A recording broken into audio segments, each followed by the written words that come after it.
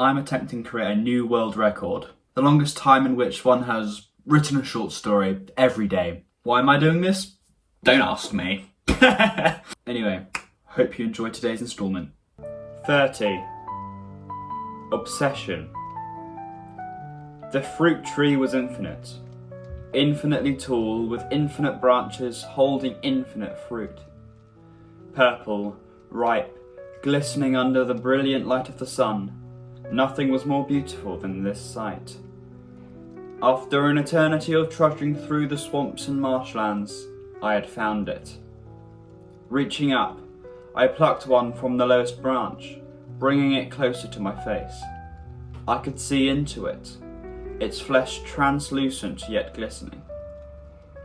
It was as if, in the moment before I took a bite out of it, that the world took on an extra dimension. The world became colourful, where it had once been black and white. It was juicy, tasty, easy on the mouth and lips, kind to the tongue and throat. With every bite, it only got sweeter and sweeter, the love I had for it growing in synchrony. I sat there, beneath the shade of the tree, for what must have been hours. Mosquitoes didn't dare nip at my skin. The horrid feeling of the marsh water on my ankles dissipated as the liquid dried up and cracked off like dead skin, and the once clammy humidity of the forest morphed into a feverish swell of ecstasy. Once I had finished the first fruit, I reached up for another. It came easy enough, but it felt as if, as soon as I started to eat it, it would be reduced to its seed before I was satisfied. So I reached up again and pulled another from the tree, letting the great beauty of the world wash over me again. The humidity of the world was ecstatic and bubbly once again. All irritations of the life that lay beyond the foot of the tree dissipated, and I was back under the shade, enveloped once again by the transcendental cool of the fruit. Transcendental, yes, that's what it was. The taste of the fruit was so fresh, so liberating, so fundamentally different than all of the petty qualms and irritations of the life that came before it, that it could only adequately be described as beyond. God must have put this fruit tree here, in all its glory, to give me a purpose higher than the insignificant passings of life.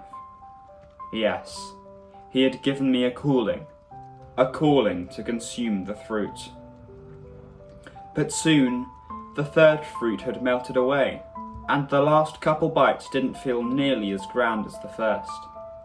So, I reached up for another. This time, however, it did not come easy. I had to stand once again, rise to my own 2 feet, slap away a couple mosquitoes, just to reach the fourth. I did so quickly, as fast as my enraged limbs would allow me to go, for I did not want to be swallowed up by the swamp once again. And in my peripheries, God forbid the sight, I saw the end of the fruit tree, the tippy top, where it ceased to provide any more fruit. No, it was a trick of the light. Silly me. Had my eyes really been mistaken when I fully took everything in? Please, I can't take a glance as proof over a hardy stare, can I? But by the time that thought had concluded, the rest of the fruit had turned to ash in my mouth. A black, tar-like substance that possessed a rancid imitation of the fruit's aftertaste. Spitting it out, I swiftly reached up for another, desperately reaching for the lowest hanging fruit that was ever so slightly out of reach. When had the number of fruits dwindled? How had it happened this quickly? How had I exhausted it so fast? I managed to scrape a small minority of the fruit from the branch, but before I hurriedly slammed it into my mouth, I inspected it, and as sure as the swamp's heat all around me, it was black as tar, and crumbled to ash in my hand. I swallowed, pushing saliva down my throat, and when I looked back up at the tree, as if I were hallucinating, the tree had been picked utterly clean of fruit. God had abandoned me. I pressed onwards, through the swamp, swatting mosquitoes, wading my way through the thick black liquid of the marsh, ignoring the overwhelming heat all around me by scrunching my eyes closed. But when I opened them, a miraculous sight met them. Before me stood a fruit tree. The fruit tree was infinite, infinitely tall, with infinite branches, holding infinite fruit.